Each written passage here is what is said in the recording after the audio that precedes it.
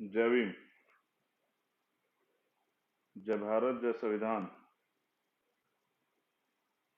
और बहुजन समाज में जन्मे सभी संतों, गुरुओं, महापुरुषों को नमन करते हुए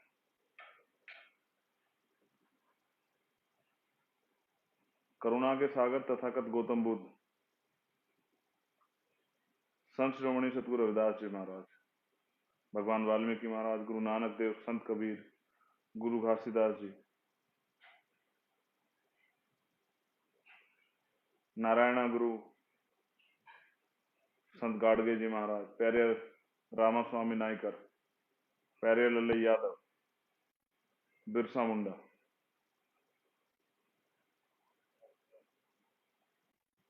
छत्रपति शिवाजी महाराज, छत्रपति साहू जी महाराज, राष्ट्रपिता ज्योतिबा फूले, जननायक कर्पूरी ठाकुर, बाबू जगदेव प्रसाद कुशवाहा, बाबू जगजीवन राम,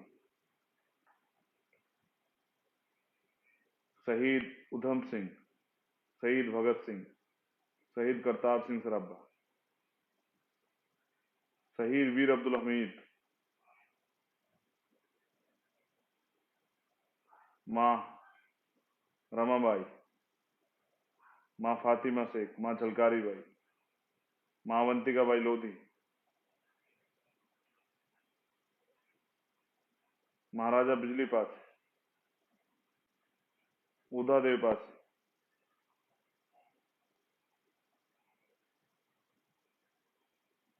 परम पूजनीय विश्व रत्न डॉक्टर बाबा साहब अम्बेडकर और मेरे गुरु, मेरे आदर्श मान्यवर साहब श्री काशीराम, आप सभी को नमन करते हुए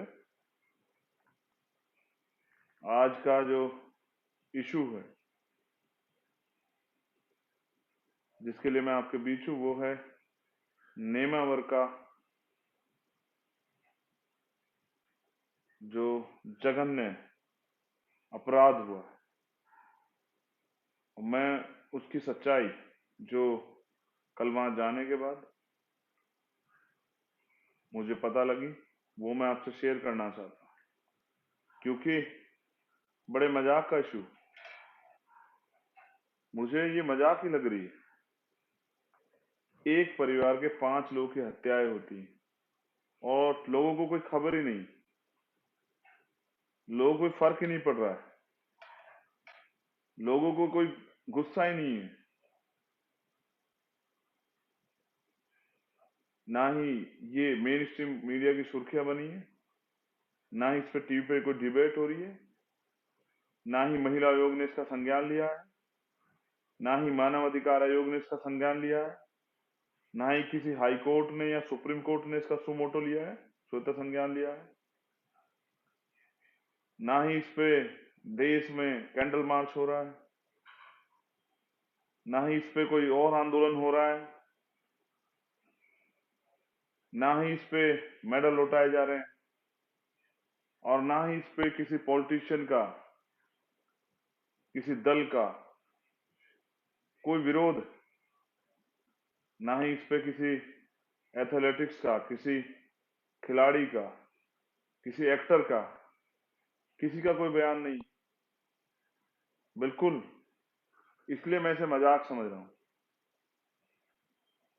क्योंकि जब मैं कल परिवार से मिला तो उन्होंने बताया, और मैं ये बात इसलिए रख रहा हूं कि आप बहुजन समाज के लोग विश्वास करते हैं भीम आर्मी पे, आजाद समाज पार्टी पे, हम अपने कार्यकर्ताओं पे आप विश्वास करते हैं और उस विश्वास को हम लोग टूटने नहीं देना चाहते। लेकिन मैं सोच रहा हूं कल से कि इतना बड़ा मामला हुआ, चुप क्यों है लोग, एक गाय के नाम पे बवाल हो जाते हैं,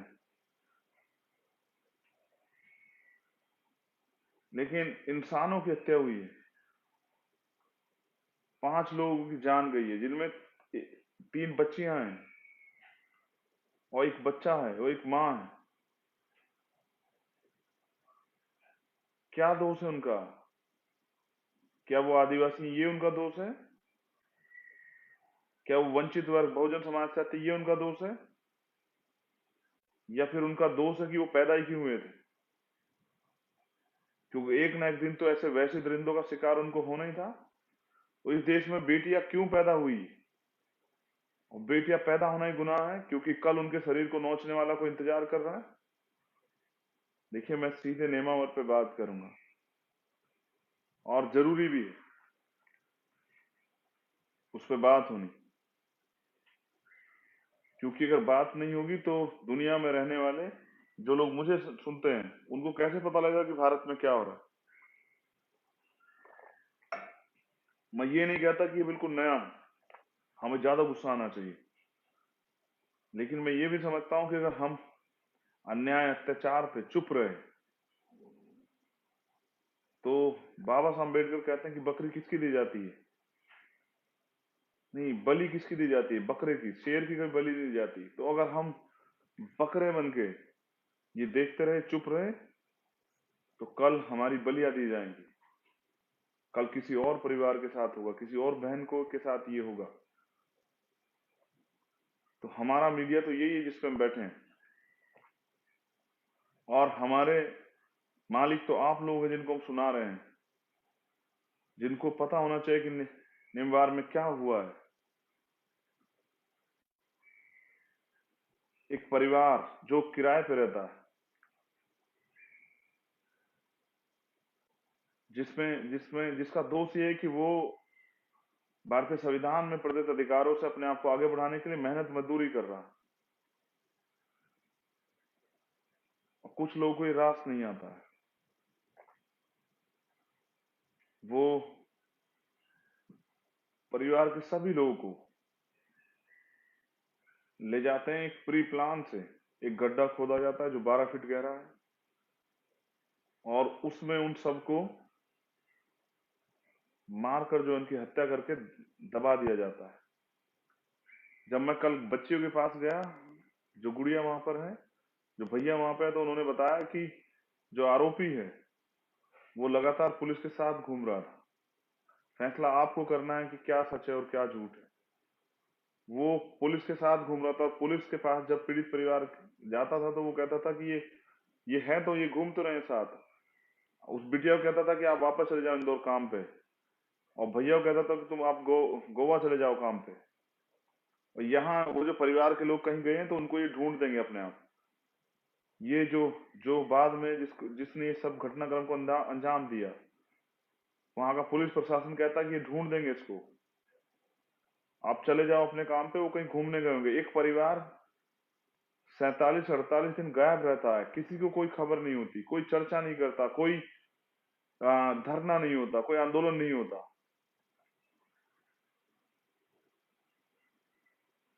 परिवार ने मुझे बताया कि उस गड्ढे में सबसे नीचे वो छोटा बच्चा जो 8 या 12 साल के लगभग था, उसको डाला गया मारकर, जो अपने कपड़ों में था।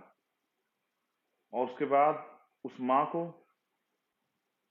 उसको दूसरे नंबर पर डाला गया, और बाद में उन 3 बच्चों को जिनके शरीर पे कोई कपड़ा नहीं था।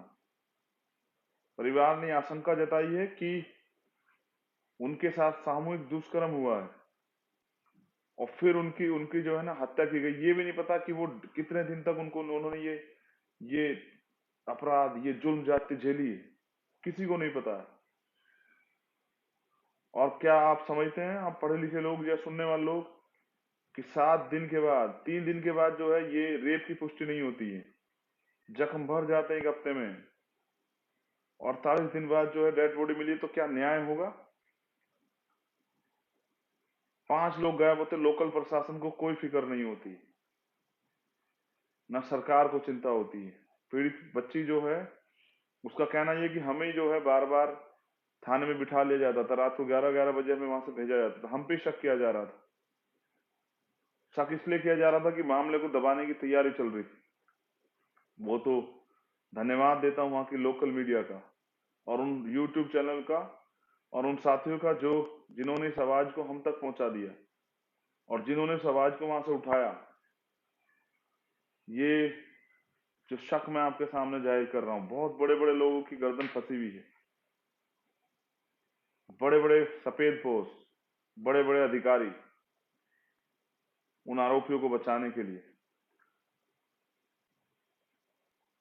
तो जब मैं गया और मैंने उस परिवार को सुना, मैं तब से तकलीफ में हूँ।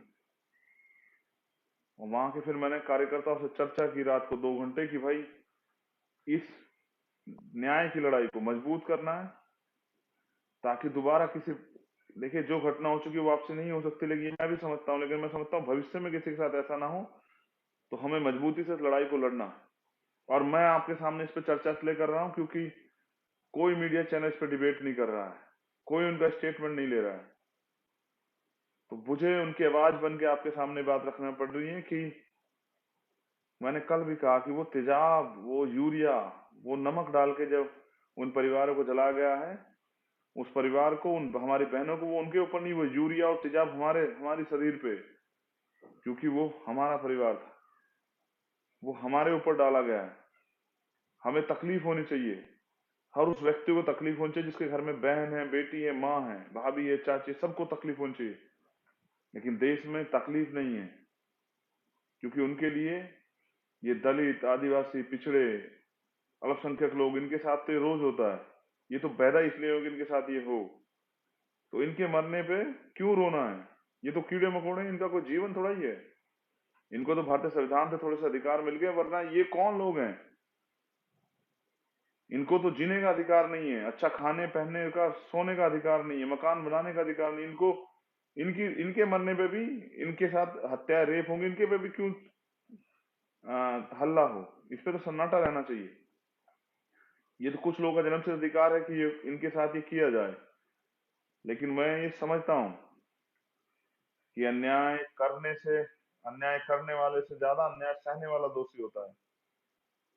हम लोग हर घटना पे चुप हो जाते हैं। वो चुप्पी वो चुप्पी इंतजार है दूसरी घटना को होने का। और हम लोग ये सोचते हैं इस घटना से हमारा क्या है, ये हमारे परिवार के साथ थोड़ा ही हुआ है। आप लोग समाज में रहते, एक सभ्य समाज में, बहन बेटी किसी की हो, ये जुल्म ज्यादती किसी के साथ हो, तकलीफ होनी चाहिए। इसलिए हमने तय किया है कि सभी जिला मुख्यालयों पे हमारी यूनिट और वहां जो और साथी संगठन है उनके साथ मिलकर आंदोलन किया जाएगा। कब तक ये मेन स्ट्रीम मीडिया और ये गूंगी बहरी सरकार हमारी आवाज नहीं सुनेगी? मैं तो कल ये भी चैलेंज करके आया हूं कि अगर एक हफ्ते में मुख्यमंत्री परिवार से मिलने नहीं आते और वो सीबीआई जांच की घोषणा नहीं करते, क्योंकि जैसा मैंने आपको बताया कि इतने लंबे समय तक इस मामले को दबा के रखा गया, छिपा के रखा गया, और उसके बाद पीड़ित परिवार डर के साए में है, परिवार पलायन करने की बात कर रहा है। ऐसे समय में अगर हमने इस लड़ाई को नहीं लड़ा तो लोगों का न्याय से भरोसा उठ जाएगा, लोगों का काम करने वाले लोगों से भरोसा उठ जाएगा, लोगों का आंदोलनकारियों से, संघर्षशील लोगों से विश्वास उठ जाएगा। तो वहां की भीम आर्मी और आजाद समाज पार्टी की यूनिट ने तय किया है कि आने वाले समय में वो जिला मुख्यालयों पर धरना देंगे, 1 दिवसीय धरना। फिर विधानसभा घेराव होगा, फिर मुख्यमंत्री का घेराव होगा, उसके घर का घेराव होगा। और क्योंकि साइकिल यात्रा उत्तर प्रदेश में चल रही है, बहुजन साइकिल यात्रा, तो मैंने भी ये तय किया कि अगर वहां की यूनिट कहेगी, मुख्यमंत्री तब भी नहीं सुनेंगे, तो नेमावर से ही भोपाल तक अपने साथियों के साथ पैदल मार्च किया जाएगा। किसी भी कीमत पे अन्याय बर्दाश्त नहीं किया जाएगा। देखिए, लोकतंत्र और न्याय प्रणाली इसलिए है, संविधान इसलिए है कि जिस व्यक्ति जो पीड़ित है वो संतुष्ट होना चाहिए न्याय के मामले में। तो जब पीड़ित परिवार ये मांग कर रहा है तो मुख्यमंत्री क्यों नहीं इसकी इजाजत दे रहे हैं? क्या किसी को बचाया जा रहा है? क्या किसी को छिपाया जा रहा है? क्या किसी सफेद पोस्ट की गर्दन फंस जाएगी? और सीबीआई जांच भी सुप्रीम कोर्ट के जजों के निर्देशन में, जिससे कि स्टेट गवर्नमेंट जिसने अब तक न्याय नहीं दिया वो इस न्याय को बाधित ना कर सके। हमारी तो राजनीति यही है। साइकिल यात्रा छोड़ के मैं इसलिए गया, और अगर मुख्यमंत्री नहीं जाएंगे तो बिल्कुल चला जाऊंगा वापस दोबारा, क्योंकि हम तो हैं इसलिए, हम जन्म इसलिए हैं कि अपने लोगों को न्याय दिला सकें। और एक नारा भी था वहां कि एक तीर एक कमान, SC ST एक समान, सारा बहुजन एक समान। और बहन बेटियों के मामले में बाबा साहब अम्बेडकर ने हमें संघर्ष करना सिखाया है। कामयाबी के लिए चाहिए जुनून, फिर मुश्किलों क्या औकात है। तो कल भीम आर्मी और आजाद समाज पार्टी का जो एक एक कार्यकर्ता, जहां लोग रैलियों में पैसे लेके नहीं जाते, दारू लेके, सामान लेके, तमाम तरह की सुविधा लेके जाते हैं, वहां वो पैदल, साइकिल पे, मोटरसाइकिल पे, एक एक गाड़ियों में भारी संख्या में भर के वो रोड पे अपनी मेहनत की ईमानदारी कमाई से इस आंदोलन को तैयार करने और ये विश्वास दिलाने की हम साथ हैं आया था। मैं उस हरेक एक कार्यकर्ता का दिल की गहराई से धन्यवाद करता हूँ। आपने हलचल तो मचा ही दी, आपने चर्चा तो बना ही दी है। देर सवेर ये सोया हुआ मीडिया भी, जिसमें बड़ी संख्या में बहन बेटियां भी काम करती, ये भी जागेगा और ये भी समझेगा कि बेटियों के लिए जाति महत्वपूर्ण नहीं होती, बेटियों के लिए उनका सम्मान, उनकी सुरक्षा जो है महत्वपूर्ण होती है। और ये नेमावर में नहीं हो रहा है, ये मध्य प्रदेश में नहीं हो रहा है, ये तो सब जगह हो रहा है, जहाँ किसी की सरकार, राजस्थान में भी हो रहा है। उसके बाद दो घटनाएं और मेरे संज्ञान में, एक यूपी की कि एक दलित युवक को पीटा गया, उसके प्राइवेट पार्ट में जो है डंडा और ये सब चीजें, मुझे कहनी भी चाहिए, सब चीजें की गई। ऐसी ही घटना राजस्थान से आई। तो सरकार किसी की हो, चाहे बीजेपी की हो, चाहे कांग्रेस की हो, चाहे किसी और की हो, ये जुल्म जाति हमारा नसीब बन गया है, क्योंकि हमने हार मान ली। हमने सोचा कि ये हमारे भाग्य में है, ये भगवान ने लिखा है। किसी भगवान ने ऐसा, अगर कोई भगवान है कहीं, तो उसने कहीं ऐसा नहीं लिखा होगा किसी छोटी बच्ची को, 4 साल की को, 6 साल की, रोज अखबार पढ़ते हैं, टीवी में देखते हैं, किसी 4 साल की बच्ची, 6 साल की बच्ची को तेजाब से नहलाया जाता है, उसके साथ सामूहिक रेप होता है। ये कोई सा प्रदेश हो, ये सब जगह जारी है।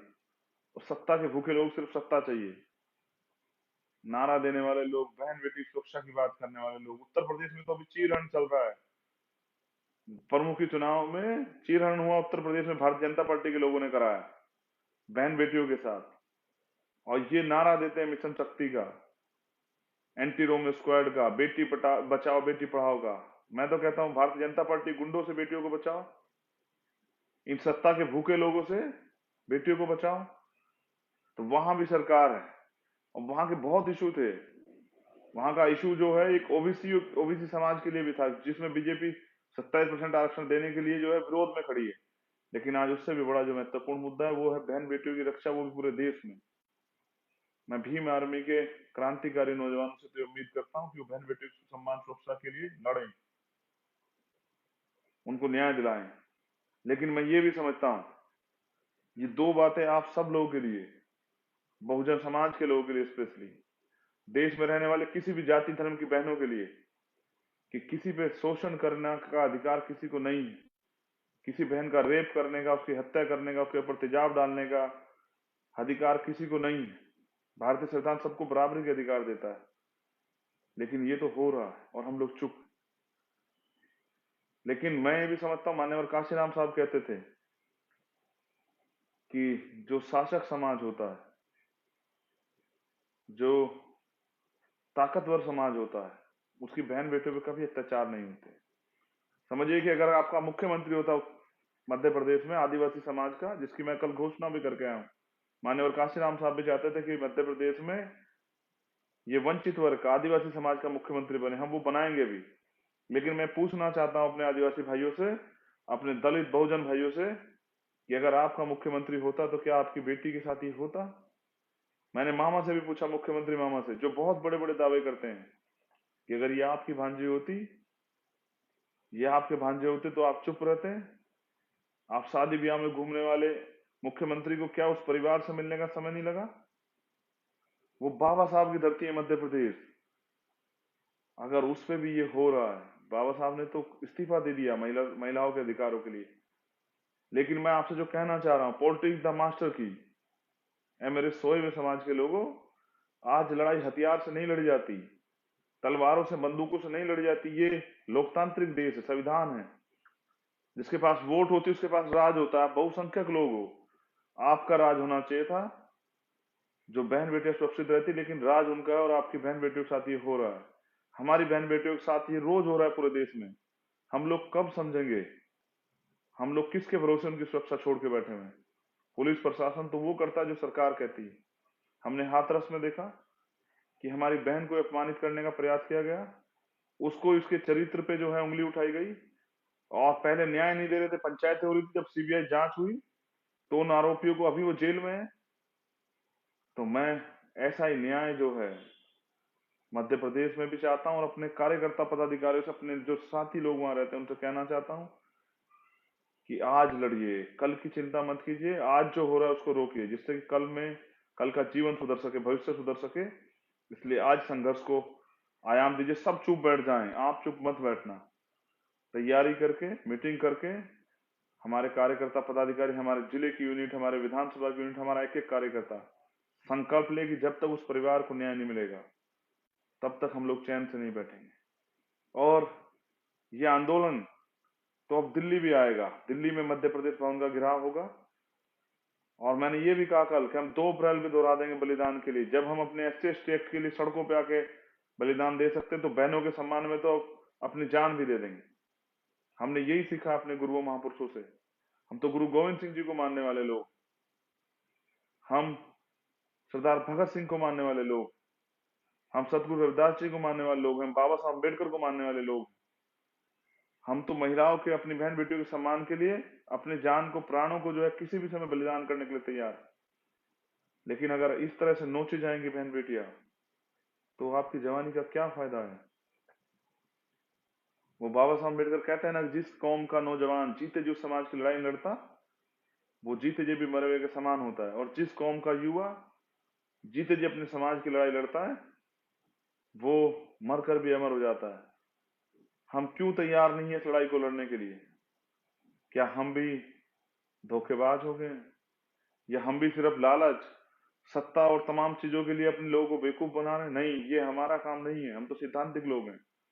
सत्ता तो हमारे लिए साधन है, जिस सत्ता से हम लोग व्यवस्था परिवर्तन कर सके। और ऐसे कानून, अगर एक कानून बने, उसको बनाने की शक्ति विधायिका या संसद में है, तो वो बनाने के लिए उनको पीड़ित लोगों को आना पड़ेगा सदन में।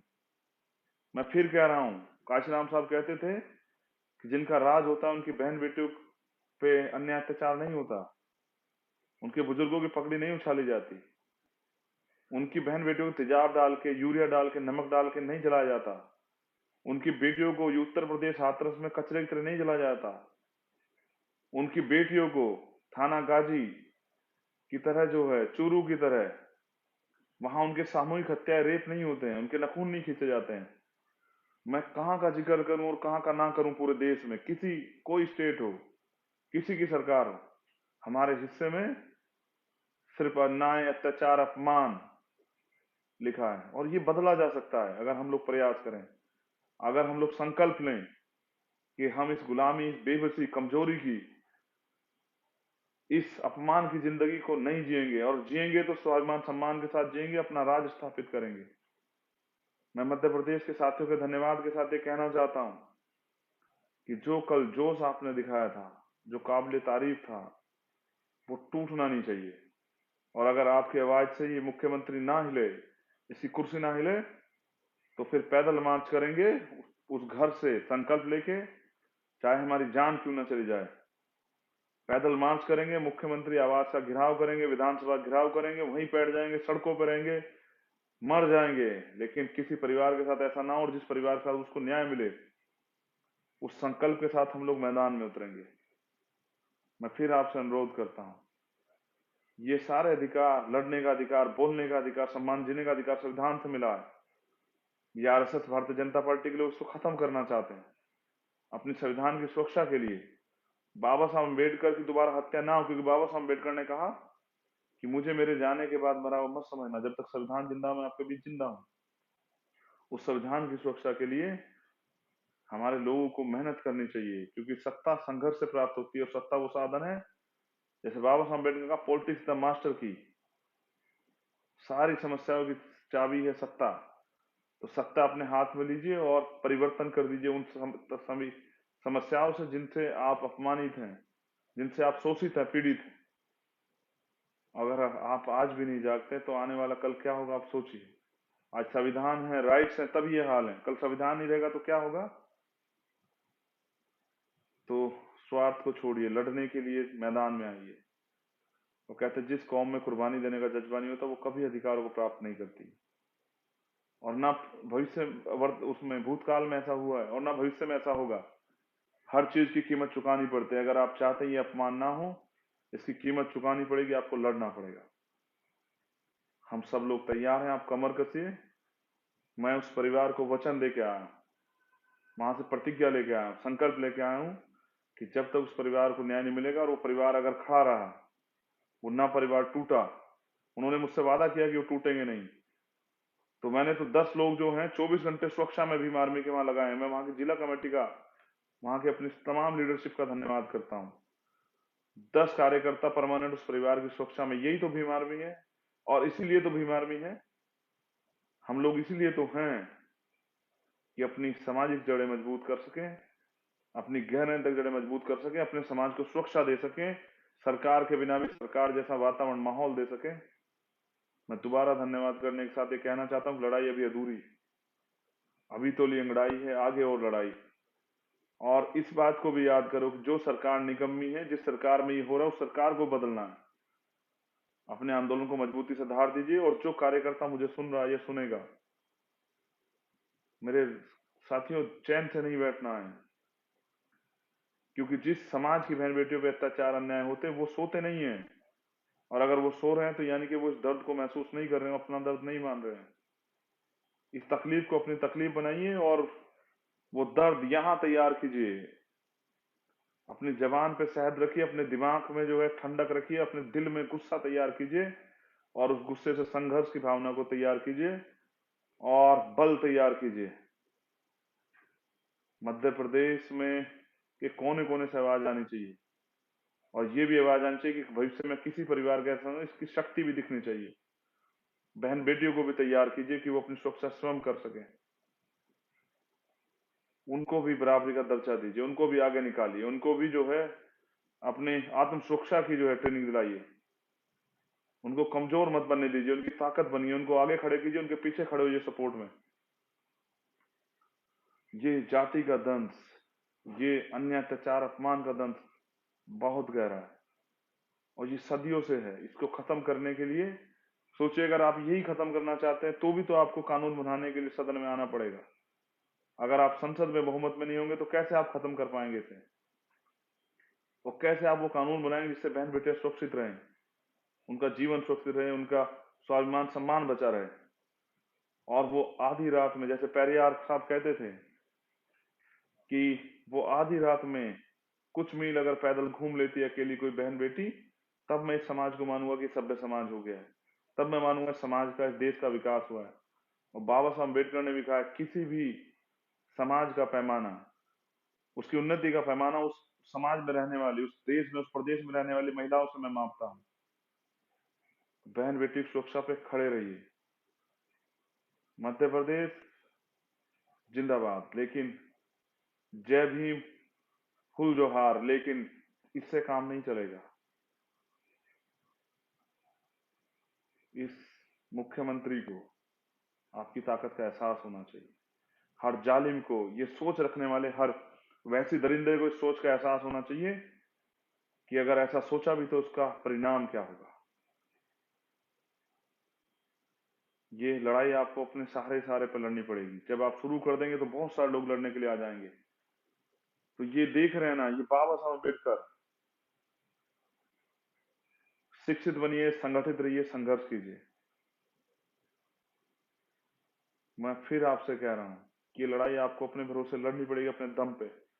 अगर आप अपनी बहनों से प्यार करते हैं, उनका सम्मान करते हैं, उनकी सुरक्षा करना चाहते हैं, और इस गुलामी के, अपमान के, इस दर्द के जीवन से क्या क्या नहीं सहा होगा मेरी उन बहनों ने, और किस तरह के अपमान से नहीं गुजरी होंगी, वो रूह कांप जाती है सुनने के बाद।